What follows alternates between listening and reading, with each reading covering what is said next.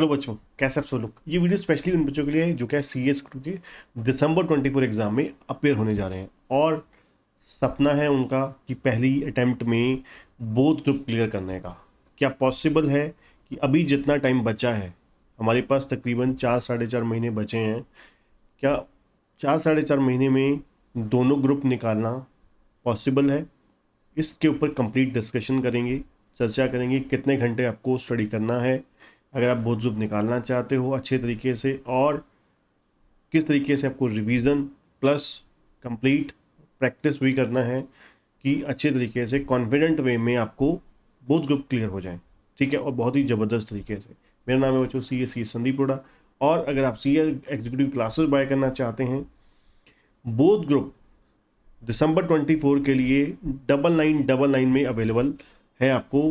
High quality video lecture, unlimited views के साथ, बहुत ही ज़बरदस्त कंटेंट के साथ, past year question bank, important question bank, सब कुछ कंप्लीट पैकेज आपको मिलेगा ओनली 9999 के साथ।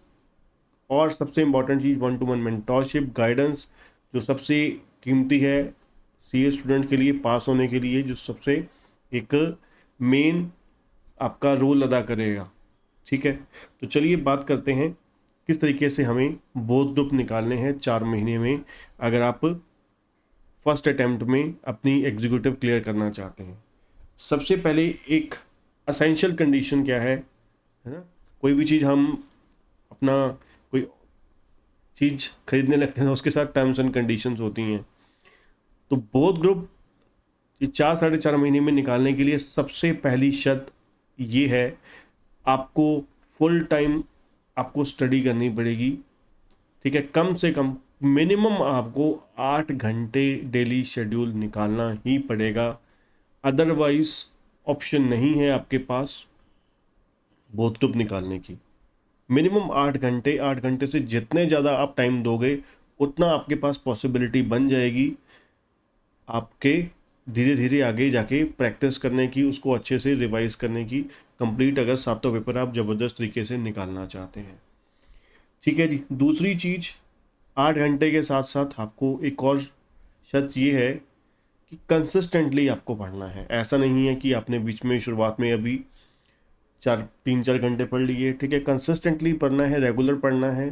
ठीक है, और आपको शुरुआत हमेशा क्या करना है, देखिए आपको दोनों ग्रुप इकट्ठा नहीं शुरू करने, दोनों ग्रुप कभी भी इकट्ठे नहीं शुरू करने होते। ठीक है, अगर आपके पास टाइम 4 महीने या 6 महीने का है, रीज़न क्या है उसके पीछे, देखिए नॉर्मली बच्चे क्या करते हैं, बोथ ग्रुप स्टार्ट कर लेते हैं। ठीक है, फिर 1-2 महीने बाद जब वो पढ़ नहीं पाते, उनका डिसिप्लिन नहीं है, एक्चुअली में पंक्चुअलिटी नहीं है।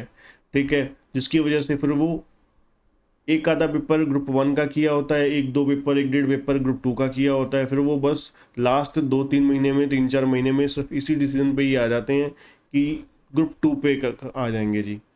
ठीक है, अब ये नहीं है कि ग्रुप 2 स्ट्रांग है या ग्रुप 1 वीक है, नहीं, ये लॉजिक नहीं है उनका। सिर्फ एक ही लॉजिक है, एक ही रोना है कि भाई ग्रुप 2 में 3 सब्जेक्ट हैं, एक सब्जेक्ट कम है, एक पेपर कम है, इसलिए ग्रुप 2 की तरफ चल दो, है ना, आंखें बंद करके ग्रुप 2 की लाठी पकड़ लो। तो ये बिल्कुल बिल्कुल डेंजरस डिज़ास्ट्रस डिसीज़न होता है बच्चों का, जिसकी वजह से फेल फेल फेल फेल वाला जो सिलसिला है वो चलता रहता है। ठीक है, इसलिए आपको, चाहे आप ग्रुप 1 में अगर आपको सब्जेक्ट इंटरेस्टिंग लगते हैं ग्रुप 1 कीजिए, ग्रुप 2 में लगते हैं तो पहले ग्रुप 2 कीजिए। 3 सब्जेक्ट हैं ग्रुप 2 में, तीनों के तीनों ही एक ही झटके में करिए। ठीक है, अगर आप ग्रुप 1 करने जा रहे हैं तो 3 सब्जेक्ट पकड़िए एक टाइम पर। 3 सब्जेक्ट कौन से पकड़िए, एक आप पकड़ लीजिए company law and practice, plus दूसरा आप SBIL कर लीजिए, आसान है। तीसरा आप साथ में CAFM कर लीजिए, स्लोली स्लोली। ठीक है, ये 3 सब्जेक्ट आप एक ही झटके में आपको करने हैं। ठीक है, साथ साथ, और ये सब्जेक्ट आपके ज़्यादा से ज़्यादा आपके 1.5 महीने में हो जाने चाहिए। ठीक है, ज़्यादा से ज़्यादा आपके 1.5 महीने में आपके ये सब्जेक्ट हो जाने चाहिए, क्योंकि देखिए आप 8 घंटे का, जैसे मैंने आपको स्टडी शेड्यूल बताया, तो 8 घंटे के लिए आपको मान के चलिए कंपनी लॉ के लिए आपको कम से कम 2 से 3 घंटे दिए आपने, SBIL को भी 2 से 3 घंटे दिए, मान लीजिए इन दोनों को 5 से 6 घंटे आपने दे दिए, तो 2 से 3 घंटे आपने इसको दे दिए, ठीक है। तो तकरीबन आपके पास 8 घंटे यहाँ पर इस तरीके से आपने इक्वली ऑक्यूपाई कर दिए। तो 1.5 महीना में बड़े ही मज़े से हंस के ये तीनों सब्जेक्ट आपके कंप्लीट बढ़िया तरीके से हो जाएंगे, चाहे वो आपका CFM है, ठीक है, चाहे आपका कंपनी लॉ है, चाहे वो सेटिंग ऑफ बिजनेस है, ठीक है। दूसरे नंबर पे फिर हम चलेंगे आगे। जब आपका स्टेज 1 क्लियर हो गया तो फिर हम ग्रुप 1 का GIGL पकड़ेंगे, ग्रुप 2 का CMSL पकड़ेंगे, प्लस इनकम टैक्स पकड़ेंगे, ठीक है जी। तो फिर इसको फिर हम अगला 1.5 महीना देंगे, ठीक है। अब आपको पता है JIGL भी इतना ज़्यादा लेंथी नहीं है, CMSL भी इतना लेंथी नहीं है, तीनों एवरेज सब्जेक्ट हैं, एवरेज टाइम कंज्यूमिंग है। जैसे इसमें कंपनी लॉ टाइम कंज्यूमिंग था, CFM टाइम कंज्यूमिंग था, इसलिए मैंने 3 सब्जेक्ट रखे। और इसमें एक चीज़ और हमें करनी है, 1.5 महीने का टाइम हमें लेना है, प्लस प्लस साथ में इसमें आपका जो 20% टाइम है, इसको आपको कितना टाइम देना है, आपको मैक्सिमम अपना जो है 80% टाइम जो है टोटल टाइमिंग का, मतलब 8 घंटे अगर हम पढ़ रहे हैं तो 80% कितना होता है 6.4, ठीक है। मतलब 6.5 घंटे आपको मैक्सिमम देने हैं इन तीनों सब्जेक्ट को, मतलब लीजिए 2-2 घंटे तीनों को दे दिए, ठीक है। और बाकी जो 2 घंटे आपके पास बचे उसको आपको क्या करना है, 20% टाइम जो है वो रिवीजन के लिए देना है। ये जो तीनों सब्जेक्ट आपने पढ़े, ये तीनों के तीनों आपको बढ़िया तरीके से रिवाइज साथ साथ करने हैं। इससे क्या होगा, जो चीज़ नॉर्मली क्या होता है, हम लोग एक ही घोड़े पे सवार होते हैं, syllabus syllabus syllabus syllabus syllabus, बस। इसके अलावा हमारे दिमाग में कुछ और चल ही नहीं रहा होता कि भाई खाली सिलेबस करने से क्या होगा, कोई रेस थोड़ी ना चल रही है कि हाथ लगा के उसको वापस आना है या टच कर दिया तो जीत गए, है ना। रेस तो हो नहीं रही यहाँ पर। यहाँ पे तो क्या हो रहा है कि भाई हमें सिलेबस करना है, दिमाग में स्टोर भी करना है और लिखना भी है, ठीक है ना। तो सिर्फ सिलेबस को टिक मार दिया आप पास थोड़ी ना हो जाएगी। पास होने के लिए आपको उसको समझना पड़ेगा, याद करना पड़ेगा, रिटेन करना पड़ेगा, लिखना पड़ेगा, ठीक। तो ये सब कुछ चीज़ें ध्यान दीजिए जो मोस्टली बच्चे गलतियां करते हैं। अब हमारा 3 महीने हमारे निकल चुके हैं। इतना सब कुछ होने के बाद हमारे पास अभी सिर्फ पेंडिंग पीछे क्या बचा है, 3 महीने के बाद हमारा जो पेंडिंग बचा है तीसरे स्टेप पे, एक हमारा बचा है ECIPL प्लस GST, ठीक है जी। ECIPL बचा है और GST एंड कस्टम बचा है। तो ये दोनों सब्जेक्ट अगर मैं मान के चलूँ, अगर हम इसको 6 घंटे का टाइम देते हैं, अगर इन दोनों को 6 घंटे का टाइम देते हैं तो मैक्स टू मैक्स 1 महीने के अंदर अंदर, क्योंकि 2 घंटे मैंने फिर दोबारा रिमेनिंग 2 घंटे जो हैं वो किसके लिए निकाले, रिवीजन के लिए निकाले, ठीक है। तो रिमेनिंग 2 घंटे मैंने रिवीजन के लिए निकाले। और इस इसमें क्या हुआ, 6 घंटे में ये 1 महीना हमने टाइम दिया, तो 1 महीने में हमारा बड़े आराम से ECIPL GST और कस्टम हो गया, ठीक है। अब तकरीबन हमारे पास 4 महीने का समय निकल गया, लास्ट 20 दिन हमारे पास बचेंगे, क्योंकि 4 महीने तकरीबन हमारे पास 10 से 15 दिन है, ठीक है।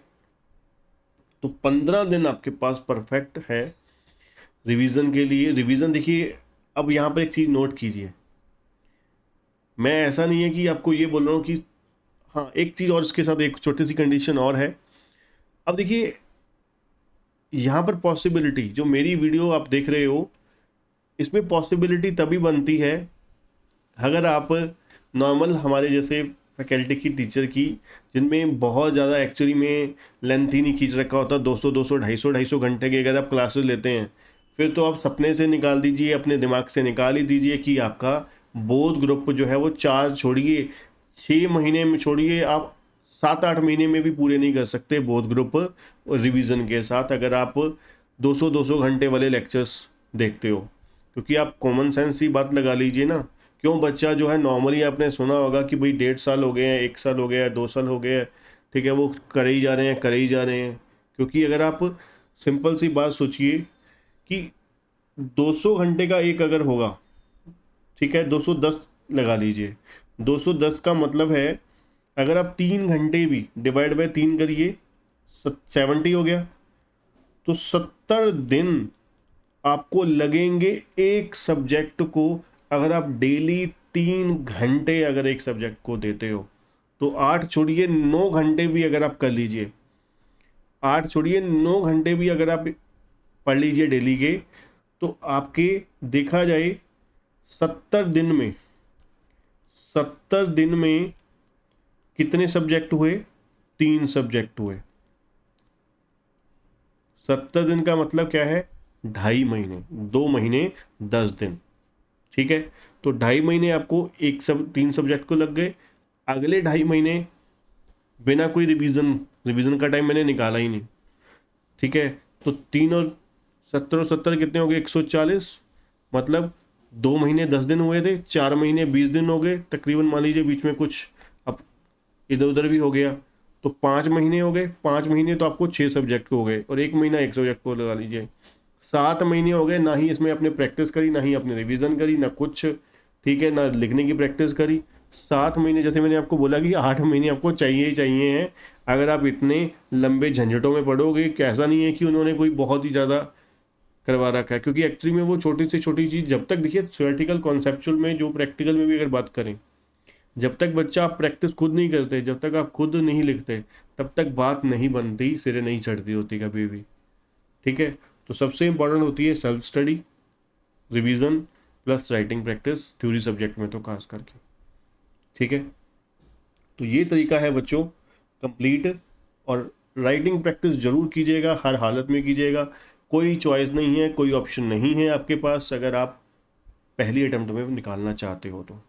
अब देखिए पहले एक ग्रुप करने का कारण, इससे क्या हुआ, एटलीस्ट आपका एक ग्रुप जो है आपने पहले दिन से ही लगातार 4-4.5 महीने एक ग्रुप को दिए, जिसमें जैसे कि मैंने देखा, मैंने आपको बताया कि आप रेगुलर कंसिस्टेंट रिवीजन कर रहे हैं, जिससे आपका क्या हुआ, जो आपने एक ग्रुप पकड़ा हुआ था वो इतना मजबूत हो गया कि किसी भी हालत में आपके, अगर ग्रुप 1 कर रहे हो तो 250-250 नंबर आराम से आ जाएंगे, ठीक है। दूसरा ग्रुप कर रहे हो तो बड़े आराम से 170-200 के बीच में आपके आ जाएंगे, क्योंकि इतना ज़बरदस्त आपकी जब रिवीजन, राइटिंग प्रैक्टिस बार बार उसकी रिवीजन हुई होगी, तो कॉन्फिडेंस बहुत ही हाई लेवल पर होता है, ठीक है। तो आज के लिए इतना ही। वीडियो अगर अच्छा लगा तो लाइक जरूर कीजिएगा, और चैनल को सब्सक्राइब करना, बेल आइकन दबाना मत भूलिएगा। और क्लासेस बाय करने के लिए विजिट कीजिए kctutorial.com पे, डिस्क्रिप्शन में आपको लिंक मिल जाएगा।